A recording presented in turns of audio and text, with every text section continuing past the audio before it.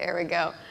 So I am going to talk to you a little bit today about some of the best practices for passing the tech review process.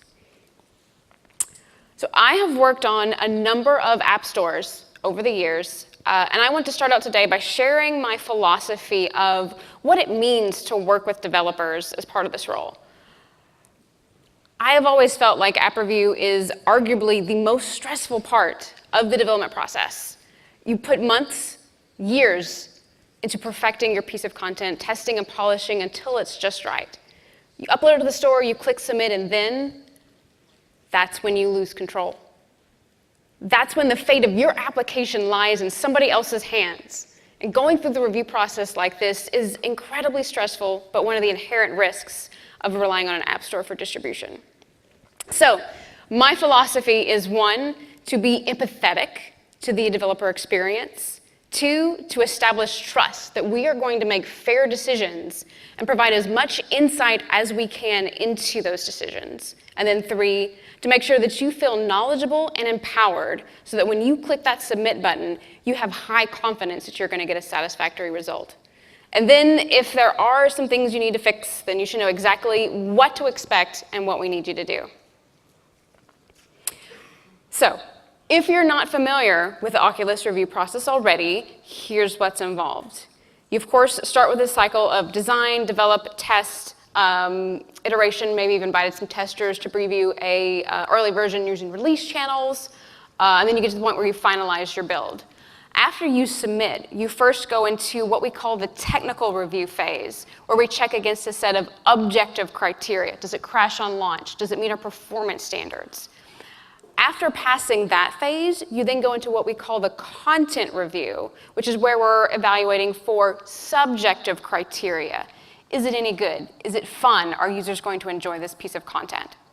Then, after passing that, we go into what we call the publishing review phase, and that's where we're just finalizing a few little launch details, like making sure we've got the right price, launch date, your assets are in good shape, just to make sure that your launch is going to be successful. And then, of course, going to the release. So today, I'm going to focus on just the first step, how we're helping developers prepare for and pass the technical review phase of the submission process. So, what we hear from developers today: I don't understand my tech review results. I'm not able to duplicate the issues my reviewer found.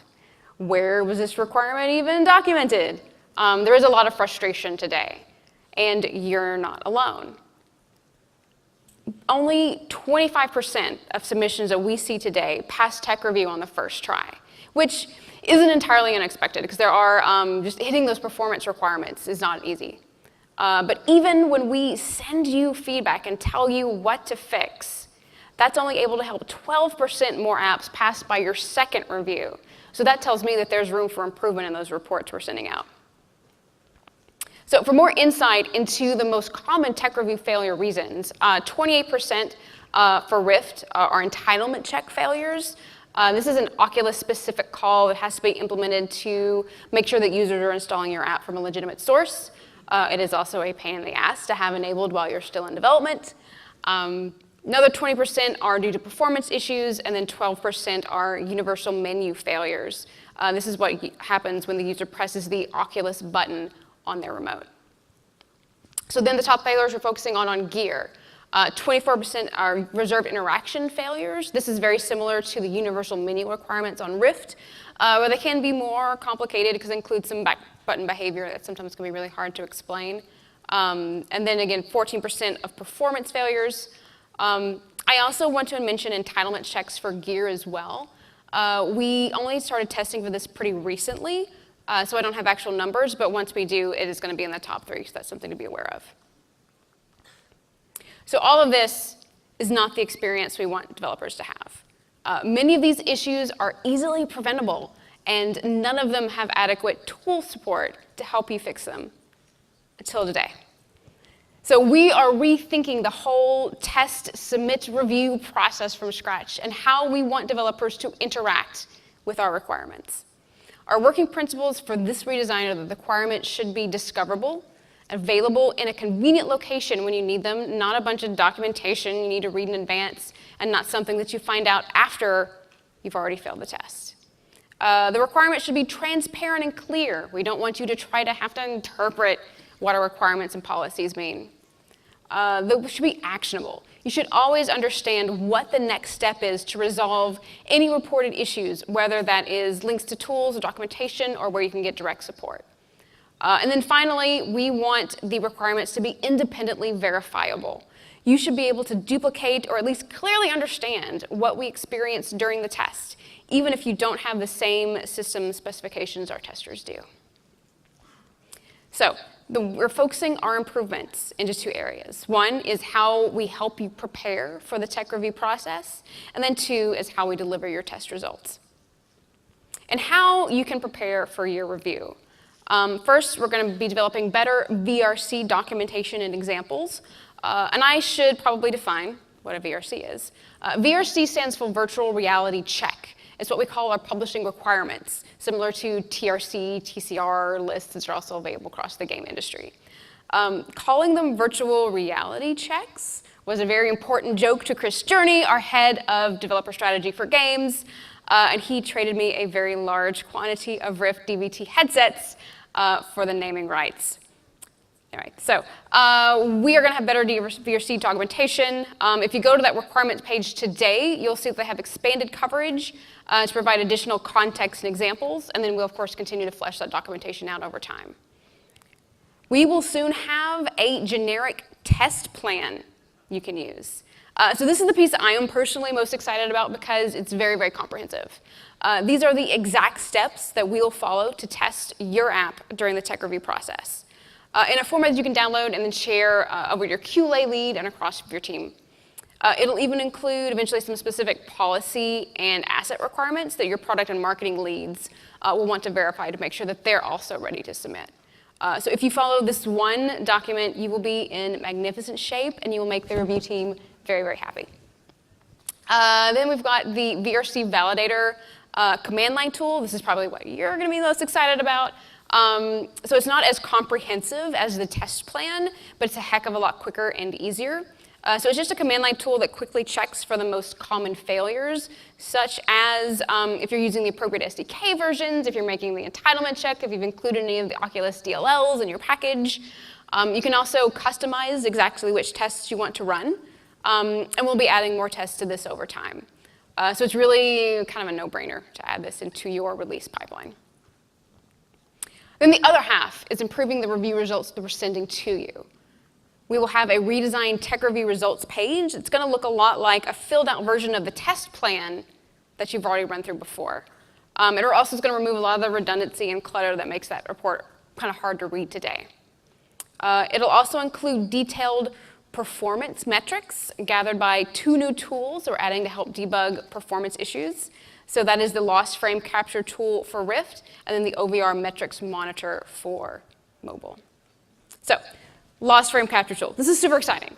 It's going to revolutionize how we're able to share the exact performance that we experienced during the review process. How you use it. You open it from the Oculus debug tool and can either record a new session or load a previous session file that you got from a tester. And so what this shows is every time frames were dropped for not hitting 20 frames per second, and then a screenshot of that exact frame that was dropped. So you can sort the columns by the measured frame rate or number of dropped frames per scene, and then able to step through step by step as if looking through the eyes to the tester to see where you need to optimize. So in this test, in this example, the tester was firing bullets. You can see that whenever the gun shoots, the frame rate drops because that requires more polygons to render.